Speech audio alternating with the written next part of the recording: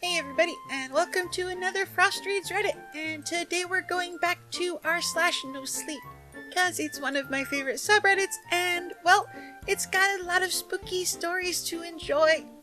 Anyways, we're gonna be doing another one from her creation, which is my favorite poster on this particular subreddit.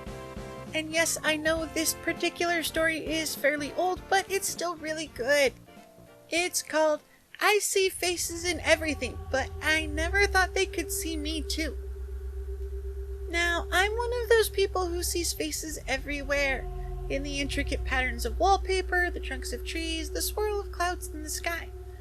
It used to freak me out when I was younger, but once I realized they weren't really real, I actually started to like it. It inspired me in my work as an artist, and in a weird way, I never had to feel alone. I'll be painting at home and start to feel sort of lonely until I see a face in the wood grain of my floorboards or in the networks of blood vessels that run under my skin. That's why I wasn't immediately alarmed when I woke up earlier tonight and saw a face in the darkness by my window. I see faces in everything, but I also see faces in nothing, if that makes sense. Darkness has a certain quality of movement to it which lends itself to constructing faces in my mind. My mind made a pretty creepy face in the darkness tonight, with colossal staring orbs for eyes and a straight expressionless line of a mouth. Now, a coping mechanism I picked up when I was young, and still scared of my own mind's creations, was to acknowledge the face out loud. It makes it feel more funny than scary to talk to something I know is not real. I haven't had to do this for years, but I got the strange feeling I wouldn't be able to get back to sleep unless I did it tonight, and I have a lot of work to do in the morning. So I did it. "Hi," I said awkwardly to the nothing face in the darkness. I smiled in spite of myself, feeling a little silly for needing to return to my childhood trick. It worked though, and I was satisfied enough, so I went back to sleep. I wasn't asleep for long, though, when I woke up again. I looked for the face by the window and was frankly a little relieved when I noticed it wasn't there anymore. I scolded myself internally for being a scaredy cat like I used to be as I rolled onto my other side, trying to get comfortable. I was shocked to see the face on the other side of my bedroom, a little closer to my bed. See, my mind doesn't normally craft the exact same face for me in a different place, but again, there is movement in darkness, so I guess it's not completely incomprehensible that a face could move too. I rolled my eyes and let out a loud "hello there" before closing my eyes to return to sleep. I couldn't sleep though. I laid there for some time wondering what the heck was wrong with me. The faces are normal. Honestly, it would be weird if I didn't see a face. I kept my eyes closed for a long while, trying to will myself back to sleep. Probably about 15 minutes went by before I realized there was no way that was happening. So I decided to get up and work on my newest piece, hoping I could tire myself out. I sighed and opened my eyes to get to it, but froze unexpectedly. The face had moved, certainly. It was directly above me, its pinpoint pupils swimming in those massive spheres locked on mine. I just stared at it for a few long seconds before its line of a mouth was replaced by a massive smile that consumed the entire bottom half of its face. There literally weren't any discernible movements in between the two expressions, just line, then monstrous grin. I swear, I lost all of the bones in my body and slithered right off the edge of my bed faster than I'd ever moved in my life. I hit the ground crawling, then sprinting to my bedroom door.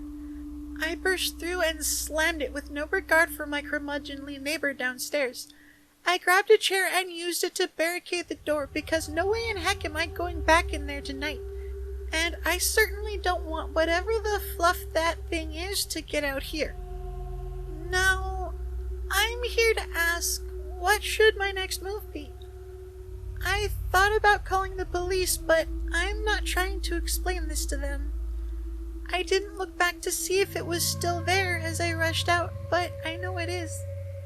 It started slowly at first, just once or twice in the first half hour, but now it's almost constant. There are noises coming from beyond my bedroom door. The only thing that stands between me and that thing. It keeps repeating, in my voice no less. Hi! Hello there! Hi! Hi! Hello! Hi there! Hi! Hello there! Hi! Over and over again. Ooh. I've said it before and I'll say it again. I love spooky stories. They make my fur get all fluffy and my skin get all prickly. And another reason why I like r/NoSleep in particular is because a lot of the people who post there will go above and beyond to try to make the experience even that much more immersive.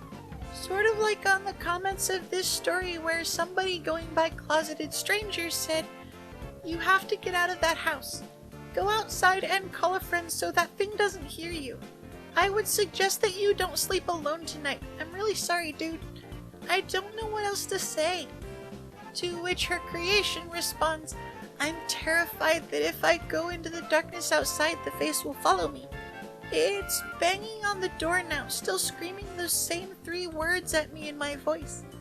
At times it sounds like it's speaking in reverse."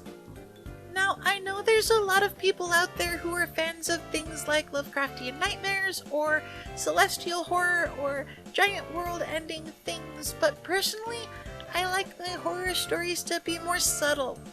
Now, don't get me wrong, world-ending monsters from beyond the stars is creepy, but I'm more a fan of the terror that comes from being a little kid in a dark room, not quite certain if what's on the chair over there is a monster or a jacket. Anyways, that's it for this one. I hope you guys enjoyed this story, and if you want to let me know what you think about it, leave a comment below. I love reading your guys' comments. Until next time though, bye! Oh yeah, I want to show our patrons some love too because they're awesome. Their contributions help us to afford all the neat stuff we use to record. So thank you. And if you want to become a patron too, you can click the link down in the description. You'd really be helping the channel out, and you'd get a couple nifty goodies too. Anyways, if you made it this far in the video, then yay, you're amazing. By the way, subscribe. Please don't make a foxy bag.